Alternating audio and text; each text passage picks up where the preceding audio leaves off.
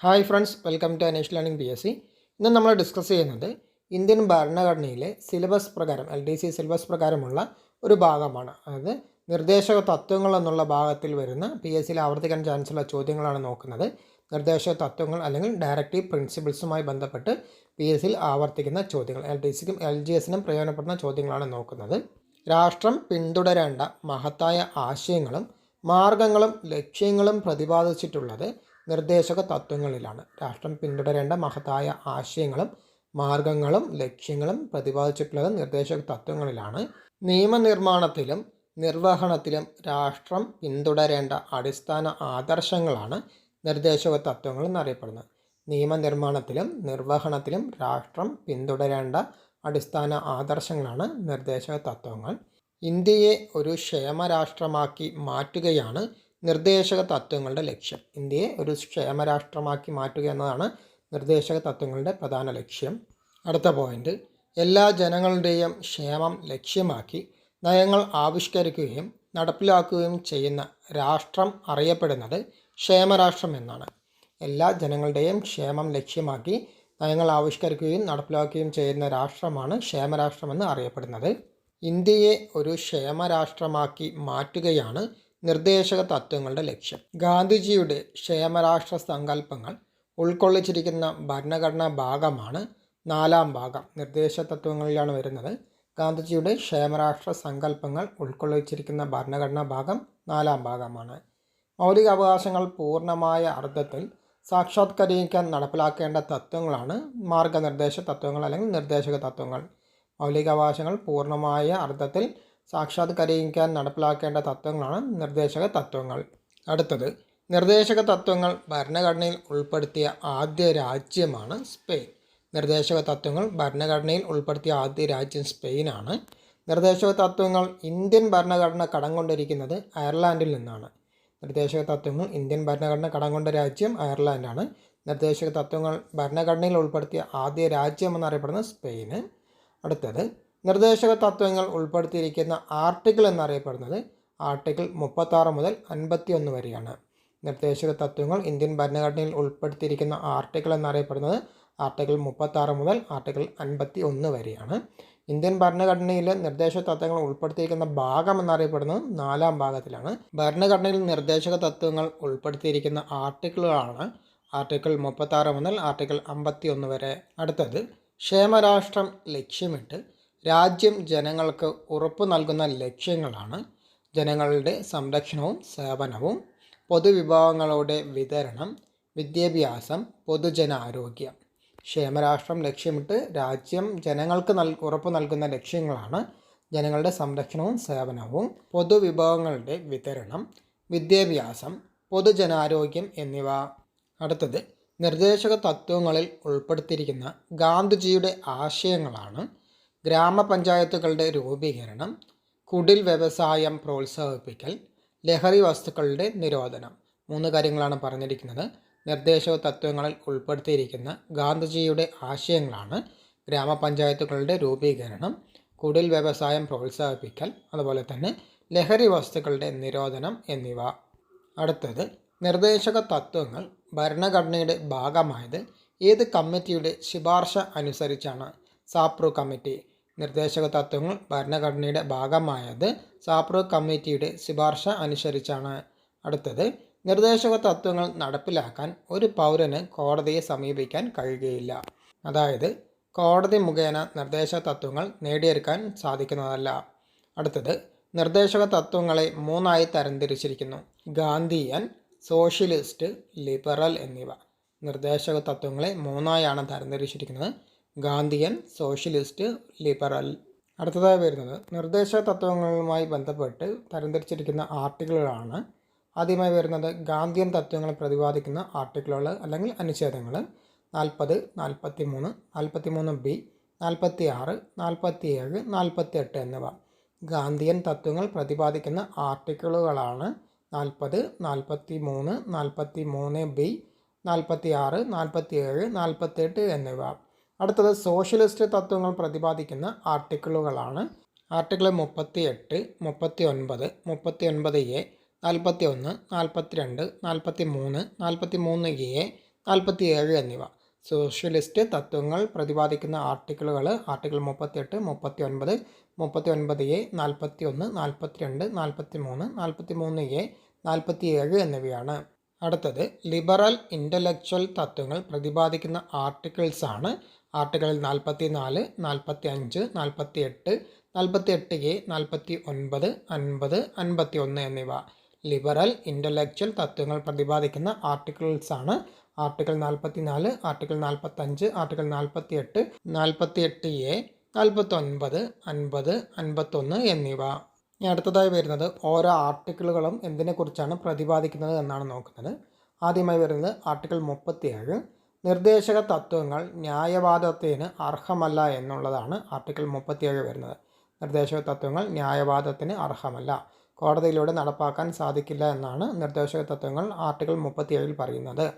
അടുത്തത് article 39D ആണ് പ്രതിപാദിക്കുന്നത്. സ്ത്രീകൾക്കും പുരുഷനും തുല്യ ജോലിക്ക് തുല്യ വേതനം നൽകണമെന്ന് അനുശാസിക്കുന്നു.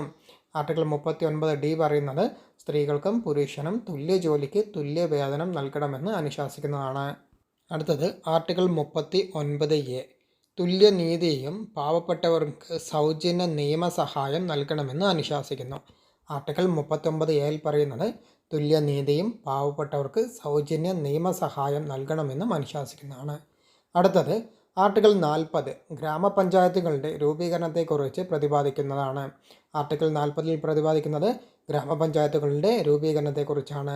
അടുത്തത് ആർട്ടിക്കിൾ 41, ജോലി ചെയ്യുന്നതിനുള്ള അവകാശത്തെക്കുറിച്ച് പ്രതിപാദിക്കുന്നു. ആർട്ടിക്കിൾ 41 പ്രതിപാദിക്കുന്നത് ജോലി ചെയ്യുന്നതിനെക്കുറിച്ചുള്ള അവകാശത്തെക്കുറിച്ചാണ്.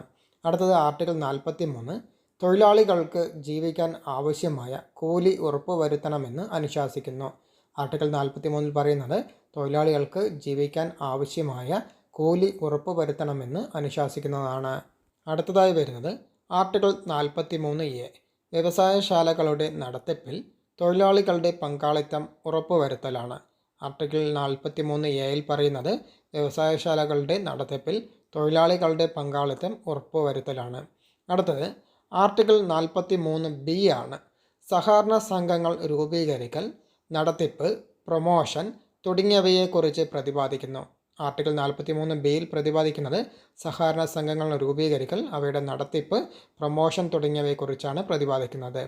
2011 97 ഭരണഘടനാ ഭേദഗതി വഴിയാണ് ആർട്ടിക്കിൾ 43B കൂട്ടിച്ചേർത്തത്. ആർട്ടിക്കിൾ 43B കൂട്ടിച്ചേർത്തത് 2011 97 ഭരണഘടനാ ഭേദഗതി വഴിയാണ്. ആർട്ടിക്കിൾ 43Bയിൽ പ്രതിപാദിക്കുന്നത് സഹകരണ സംഘങ്ങൾ രൂപീകരിക്കൽ, അവയുടെ നടത്തിപ്പ്, പ്രൊമോഷൻ തുടങ്ങിയവയെക്കുറിച്ച് പ്രതിപാദിക്കുന്നതാണ്. അടുത്തതായി വരുന്നത് ആർട്ടിക്കിൾ 44 ആണ്. ഏകീകൃത സിവിൽ കോഡ് നടപ്പിലാക്കണമെന്ന് അനുശാസിക്കുന്നു. ആർട്ടിക്കിൾ 44 പ്രതിപാദിക്കുന്നത് ഏകീകൃത സിവിൽ കോഡ് നടപ്പിലാക്കുന്നതുമായി ബന്ധപ്പെട്ടാണ്. സിവിൽ കോഡ് നിലവിലുള്ള ഏക ഇന്ത്യൻ സംസ്ഥാനമാണ് ഗോവ. ഏകീകൃത സിവിൽ കോഡ് നടപ്പിലാക്കണമെന്ന് അനുശാസിക്കുന്ന ആർട്ടിക്കിളാണ് ആർട്ടിക്കിൾ 44. സിവിൽ കോഡ് നിലവിലുള്ള ഏക ഇന്ത്യൻ സംസ്ഥാനമാണ് ഗോവ. അടുത്തതായി വരുന്നത് ആർട്ടിക്കിൾ 45 ആണ്. എല്ലാ കുട്ടികൾക്കും 14 വയസ്സ് പൂർത്തിയാകുന്നതുവരെ സൗജന്യവും നിർബന്ധിതവുമായ വിദ്യാഭ്യാസം നൽകാൻ സംസ്ഥാനം ശ്രമിക്കണമെന്ന് അനുശാസിക്കുന്നതാണ്. ആർട്ടിക്കിൾ 45 പറയുന്നത് എല്ലാ കുട്ടികൾക്കും 14 വയസ്സ് പൂർത്തിയാകുന്നതുവരെ സൗജന്യവും നിർബന്ധിതവുമായ വിദ്യാഭ്യാസം നൽകാൻ സംസ്ഥാനം ശ്രമിക്കണമെന്ന് അനുശാസിക്കുന്നതാണ്. കൂടാതെ 6 വയസ്സിന് താഴെയുള്ള കുട്ടികൾക്ക് ആദ്യകാല ബാല്യം, പരിചരണം, വിദ്യാഭ്യാസം എന്നിവയും നൽകണം. അപ്പോൾ ആർട്ടിക്കിൾ 45 പ്രതിപാദിക്കുന്നത് എല്ലാ കുട്ടികൾക്കും 14 വയസ്സ് പൂർത്തിയാകുന്നതുവരെ സൗജന്യവും നിർബന്ധിതവുമായ വിദ്യാഭ്യാസം നൽകാൻ സംസ്ഥാനം ശ്രമിക്കണമെന്നും അനുശാസിക്കുന്നു. അതിനോടുകൂടെ തന്നെ 6 വയസ്സിനു താഴെയുള്ള കുട്ടികൾക്ക് ആദ്യകാല ബാല്യം, പരിചരണം, വിദ്യാഭ്യാസം എന്നിവയും നൽകണമെന്ന് അനുശാസിക്കുന്നതാണ് ആർട്ടിക്കിൾ 45. അടുത്തതായി വരുന്നത് ആർട്ടിക്കിൾ 46 ആണ്. പട്ടികജാതികളുടെയും ഗോത്രവർഗങ്ങളുടെയും മറ്റ് ദുർബല വിഭാഗങ്ങളുടെയും വിദ്യാഭ്യാസപരവും സാമ്പത്തികവുമായ താൽപ്പര്യങ്ങൾ സംരക്ഷിക്കണമെന്ന് അനുശാസിക്കുന്നു. ആർട്ടിക്കിൾ 46 പറയുന്നത് പട്ടികജാതികളുടെയും ഗോത്രവർഗങ്ങളുടെയും മറ്റ് ദുർബല വിഭാഗങ്ങളുടെയും വിദ്യാഭ്യാസപരവും സാമ്പത്തികവുമായ താൽപ്പര്യങ്ങൾ സംരക്ഷിക്കണമെന്ന് അനുശാസിക്കുന്നതാണ്. അടുത്തതായി വരുന്നത് ആർട്ടിക്കിൾ 47 ആണ്. മദ്യനിരോധനം നടപ്പിലാക്കണമെന്ന് അനുശാസിക്കുന്നു. അതുപോലെ തന്നെ പൊതുജനങ്ങളുടെ ആരോഗ്യ കാര്യങ്ങളിലുള്ള പുരോഗതി, പോഷക നിലവാരം, ജീവിത നിലവാരം എന്നിവ മെച്ചപ്പെടുത്തുക. ആർട്ടിക്കിൾ 47 പ്രതിപാദിക്കുന്നത് മദ്യനിരോധനം നടപ്പിലാക്കണമെന്ന് അനുശാസിക്കുന്നു. പൊതുജനങ്ങളുടെ ആരോഗ്യ കാര്യങ്ങളിലുള്ള പുരോഗതി, പോഷക നിലവാരം, ജീവിത നിലവാരം എന്നിവ മെച്ചപ്പെടുത്തുക എന്നുള്ളതാണ് ആർട്ടിക്കിൾ 47 പ്രതിപാദിക്കുന്നത്. സംസ്ഥാനം രൂപീകരണം മുതൽക്കേ സമ്പൂർണ്ണ മദ്യനിരോധനം നിലവിലുള്ള സംസ്ഥാനമാണ് ഗുജറാത്ത്. സംസ്ഥാനം രൂപീകരണം മുതൽക്കേ സമ്പൂർണ്ണ മദ്യനിരോധനം നിലവിലുള്ള സംസ്ഥാനം ഏതാണെന്ന് ചോദിച്ചാൽ ഗുജറാത്താണ്.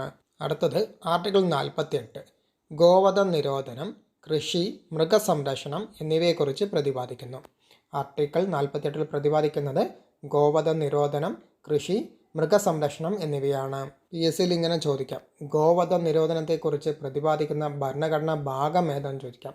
ഭരണഘടനാ ഭാഗം 4ആണ്. ഗോവധ നിരോധനത്തെക്കുറിച്ച് പ്രതിപാദിക്കുന്ന ഭരണഘടനാ ഭാഗമാണ് ഭാഗം 4. ഗോവധ നിരോധന നിയമം നടപ്പിലാക്കിയ ആദ്യ ഇന്ത്യൻ സംസ്ഥാനമാണ് ഗുജറാത്ത്. ഗോവധ നിരോധന നിയമം നടപ്പിലാക്കിയ ആദ്യ ഇന്ത്യൻ സംസ്ഥാനം ഗുജറാത്താണ്. ഗോവധ നിരോധനത്തെക്കുറിച്ച് പ്രതിപാദിക്കുന്ന ഭരണഘടനാ ഭാഗമാണ് ഭാഗം 4. അടുത്തതായി വരുന്നത് ആർട്ടിക്കിൾ 48A ആണ്. പരിസ്ഥിതി സംരക്ഷണം, വനം, വന്യജീവി സംരക്ഷണം എന്നിവ. ആർട്ടിക്കിൾ 48 പ്രതിപാദിക്കുന്നത് പരിസ്ഥിതി സംരക്ഷണം, വനം, വന്യജീവി സംരക്ഷണം എന്നിവയാണ്. അടുത്തത് ആർട്ടിക്കിൾ 49 ആണ്. ദേശീയ പ്രാധാന്യമുള്ള സ്മാരകങ്ങൾ, സ്ഥലങ്ങൾ, വസ്തുക്കൾ എന്നിവയുടെ സംരക്ഷണം. ആർട്ടിക്കിൾ 49 പ്രതിപാദിക്കുന്നത് ദേശീയ പ്രാധാന്യമുള്ള സ്മാരകങ്ങൾ, സ്ഥലങ്ങൾ, വസ്തുക്കൾ എന്നിവയുടെ സംരക്ഷണത്തെക്കുറിച്ചാണ്. അടുത്തതായി വരുന്നത് ആർട്ടിക്കിൾ 50 ആണ്. നീതിന്യായ വിഭാഗത്തെ കാര്യനിർവഹണ വിഭാഗത്തിൽ നിന്ന് വേർതിരിക്കണമെന്ന് അനുശാസിക്കുന്നു. ആർട്ടിക്കിൾ 50 പ്രതിപാദിക്കുന്നത് നീതിന്യായ വിഭാഗത്തെ കാര്യനിർവഹണ വിഭാഗത്തിൽ നിന്ന് വേർതിരിക്കണമെന്ന് അനുശാസിക്കുന്നതാണ്. അടുത്തത് ആർട്ടിക്കിൾ 51 ആണ്. അന്താരാഷ്ട്ര സമാധാനം പ്രോത്സാഹിപ്പിക്കാൻ അനുശാസിക്കുന്നു. ആർട്ടിക്കിൾ 51 പ്രതിപാദിക്കുന്നത് അന്താരാഷ്ട്ര സമാധാനം പ്രോത്സാഹിപ്പിക്കാൻ അനുശാസിക്കുന്നതാണ്. അടുത്തതായി വരുന്നത് 4-ാം ഭാഗത്തിൽ പരാമർശിച്ചിട്ടില്ലാത്ത മറ്റു ഭാഗങ്ങളിലുള്ള ചില നിർദ്ദേശങ്ങളാണ്.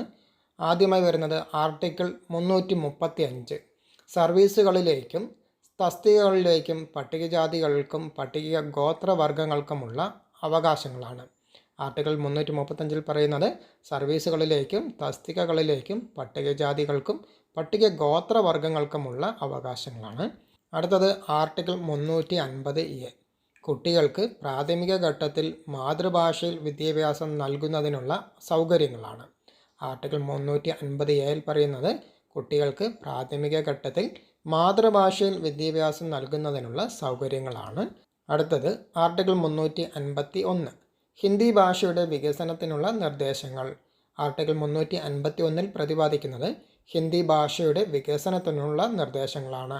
നിർദ്ദേശക തത്വങ്ങൾ പ്രതിപാദിച്ചിട്ടുള്ള ഭരണഘടനയുടെ ഭാഗമെന്ന് പറയുന്നത് 4-ാം ഭാഗമാണ്. 4-ാം ഭാഗത്തിൽ പരാമർശിച്ചിട്ടില്ലാത്ത മറ്റു ഭാഗങ്ങളിലുള്ള ചില നിർദ്ദേശങ്ങളാണ് ഇപ്പോൾ നോക്കിയത്. ആർട്ടിക്കിൾ 335, ആർട്ടിക്കിൾ 350A, ആർട്ടിക്കിൾ 351 എന്നിവ. ആർട്ടിക്കിൾ 335 പറയുന്നത് സർവീസുകളിലേക്കും തസ്തികകളിലേക്കും പട്ടികജാതികൾക്കും പട്ടിക ഗോത്രവർഗങ്ങൾക്കുമുള്ള അവകാശങ്ങളാണ്.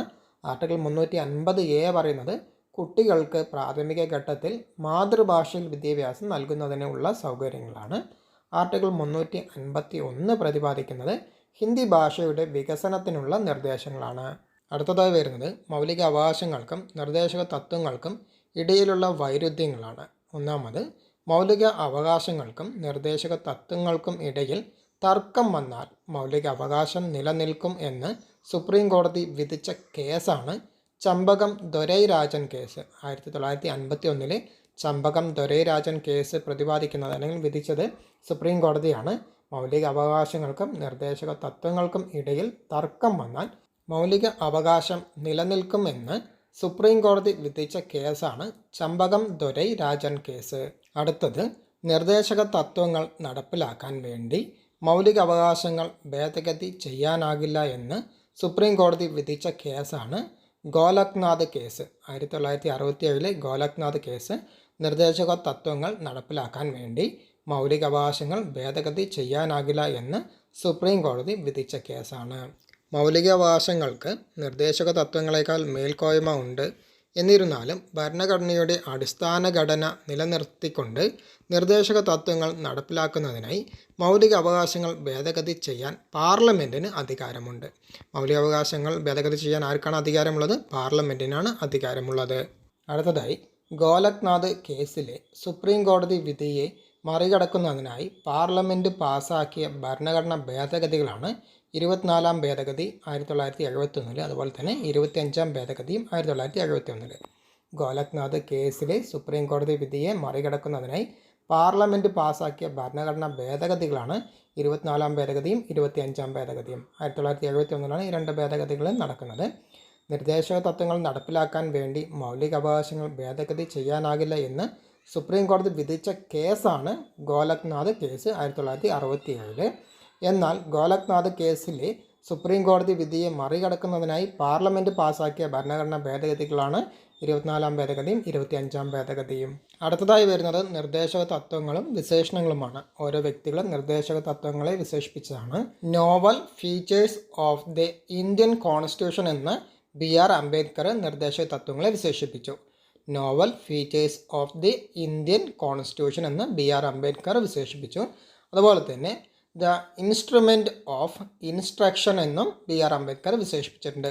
രണ്ട് രീതിയിലാണ് നിർദ്ദേശ തത്വങ്ങളെ BR അംബേദ്കർ വിശേഷിപ്പിച്ചത്. Novel features of the Indian constitution എന്നും ദ ഇൻസ്ട്രുമെൻറ്റ് ഓഫ് ഇൻസ്ട്രക്ഷൻസ് എന്നും BR അംബേദ്കർ വിശേഷിപ്പിച്ചു. അടുത്തത് the life giving provisions of the constitution എന്ന് LM സിംഗ്വി വിശേഷിപ്പിച്ചു. The life giving provisions of the constitution എന്ന് LM സിംഗ്വി നിർദ്ദേശക തത്വങ്ങളെ വിശേഷിപ്പിച്ചു. അടുത്തത് a cheque on A bank payable at the convenience of the bank എന്ന് KT ഷാ വിശേഷിപ്പിച്ചു. A cheque on A bank payable at the convenience of the bank എന്ന നിർദ്ദേശക തത്വങ്ങളെ KT ഷാ വിശേഷിപ്പിച്ചത്. അടുത്തത് പയസ് സൂപ്പർ ഫ്ലൂയിഡ്സ് എന്ന് KT ഷാ വിശേഷിപ്പിച്ചു. അപ്പോൾ രണ്ട് കാര്യങ്ങളാണ് KT ഷാ വിശേഷിപ്പിച്ചത്. A cheque on A bank payable at the convenience of the bank എന്നും പയസ് സൂപ്പർ ഫ്ലൂയിഡ്സ് എന്നും വിശേഷിപ്പിച്ചത് KT ഷായാണ്. അടുത്തത് പയസ് ആസ്പിറേഷൻസ് എന്ന് ഐവാർ ജെന്നിങ്സ് നിർദ്ദേശക തത്വങ്ങളെ വിശേഷിപ്പിച്ചു. പയസ് ആസ്പിറേഷൻസ് എന്ന് വിശേഷിപ്പിച്ചതാരാണ്? ഐവാർ ജെന്നിങ്സ് ആണ്. പയസ് സൂപ്പർ ഫ്ലൂയിഡ്സ് എന്ന് വിശേഷിപ്പിച്ചത് KT ഷായാണ്. അടുത്തത് A manifesto of AIIMS and aspirations എന്ന് വിശേഷിപ്പിച്ചത് KC വെയർ ആണ്. A manifesto of AIIMS and aspirations എന്ന നിർദ്ദേശക തത്വങ്ങളെ വിശേഷിപ്പിച്ച വ്യക്തിയാണ് KC വെയർ. അടുത്തത് A veritable dustbin of sentiments എന്ന് TT കൃഷ്ണമാചാരി വിശേഷിപ്പിച്ചു. A veritable dustbin of sentiments എന്ന നിർദ്ദേശക തത്വങ്ങളെ TT കൃഷ്ണമാചാരി വിശേഷിപ്പിച്ചു. A manifesto of AIIMS and aspirations എന്ന് വിശേഷിപ്പിച്ചത് KC വെയർ ആണ്. A veritable dustbin of sentiments എന്ന് വിശേഷിപ്പിച്ചത് TT കൃഷ്ണമാചാരിയാണ്. അടുത്തത് moral precepts for the authorities of the state എന്ന് BN റാവു നിർദ്ദേശക തത്വങ്ങളെ വിശേഷിപ്പിച്ചു. Moral precepts for the authorities of the state എന്ന് BN റാവു വിശേഷിപ്പിച്ചു. അടുത്തത് not better than the new year resolutions which were broken on the 2nd of January എന്ന് നസറുദ്ദീൻ വിശേഷിപ്പിച്ചു. Not better than the new year resolutions which were broken on the 2nd January എന്ന് നസറുദ്ദീൻ നിർദ്ദേശക തത്വങ്ങളെ വിശേഷിപ്പിച്ചു. അടുത്തത് ഈ തത്വങ്ങളെല്ലാം മുഴുവനായി നമ്മുടെ നാട്ടിൽ നടപ്പിലാക്കാൻ സാധിച്ചാൽ നമ്മുടെ രാജ്യം ഭൂമിയിലെ സ്വർഗമായി മാറും എന്ന് MC ചാഗ്ല വിശേഷിപ്പിച്ചു. ഈ തത്വങ്ങളെല്ലാം മുഴുവനായി നമ്മുടെ നാട്ടിൽ നടപ്പാക്കാൻ സാധിച്ചാൽ നമ്മുടെ രാജ്യം ഭൂമിയിലെ സ്വർഗമായി മാറുമെന്ന് MC ചാഗ്ല വിശേഷിപ്പിച്ചത്. മുൻ സുപ്രീം കോടതി ചീഫ് ജസ്റ്റിസാണ് MC ചാഗ്ല. അടുത്തത് നിർദ്ദേശക തത്വങ്ങളെയും മൗലിക അവകാശങ്ങളെയും ഭരണഘടനയുടെ മനസാക്ഷി എന്ന് വിശേഷിപ്പിച്ചത് ഗ്രാൻവില്ലെ ഓസ്റ്റിനാണ്. നിർദ്ദേശക തത്വങ്ങളെയും മൗലിക അവകാശങ്ങളെയും ഭരണഘടനയുടെ മനസാക്ഷി എന്ന് വിശേഷിപ്പിച്ച വ്യക്തിയാണ് ഗ്രാൻവില്ലെ ഓസ്റ്റിൻ. ഇന്ന് നമ്മൾ ഡിസ്കസ് ചെയ്തത് ഇന്ത്യൻ ഭരണഘടനയുടെ ഭാഗമായ നിർദ്ദേശക തത്വങ്ങളെക്കുറിച്ചാണ്. LDC സിലബസിൽ വരുന്ന പ്രധാനപ്പെട്ട ഭാഗങ്ങളിലൊന്നാണ് നിർദ്ദേശക തത്വങ്ങൾ. അതായത് ഭരണഘടനയുടെ ഭാഗമാണ് നിർദ്ദേശക തത്വങ്ങൾ അല്ലെങ്കിൽ മാർഗനിർദ്ദേശക തത്വങ്ങളെന്നും അറിയപ്പെടുന്നുണ്ട്. ഓക്കെ, ഇന്നത്തെ ക്ലാസ് നിങ്ങൾക്ക് പ്രയോജനപ്പെട്ടു എന്ന് വിചാരിക്കുന്നു. വീഡിയോ ഇഷ്ടപ്പെട്ടു കഴിഞ്ഞാൽ വീഡിയോ ഒന്ന് ലൈക്ക് ചെയ്യുക, അതുപോലെ തന്നെ നിങ്ങളുടെ സുഹൃത്തുക്കൾക്കും ഷെയർ ചെയ്യുക. ഈ ചാനൽ ആദ്യമായിട്ട് കാണുന്നവരാണെങ്കിൽ ഈ ചാനലൊന്ന് സബ്സ്ക്രൈബ് ചെയ്യുക. അതുപോലെ തന്നെ തൊട്ടടുത്തുള്ള ബെല്ലൈക്കണിലെ ആളെന്ന ഓപ്ഷൻ കൂടി പ്രസ് ചെയ്ത് കഴിഞ്ഞാൽ ഞാനിടുന്ന വീഡിയോസ് എല്ലാം നിങ്ങൾക്ക് നോട്ടിഫിക്കേഷനായി ലഭിക്കുന്നതാണ്. പുതിയ ടോപ്പിക്കുമായി വീണ്ടും കാണാം.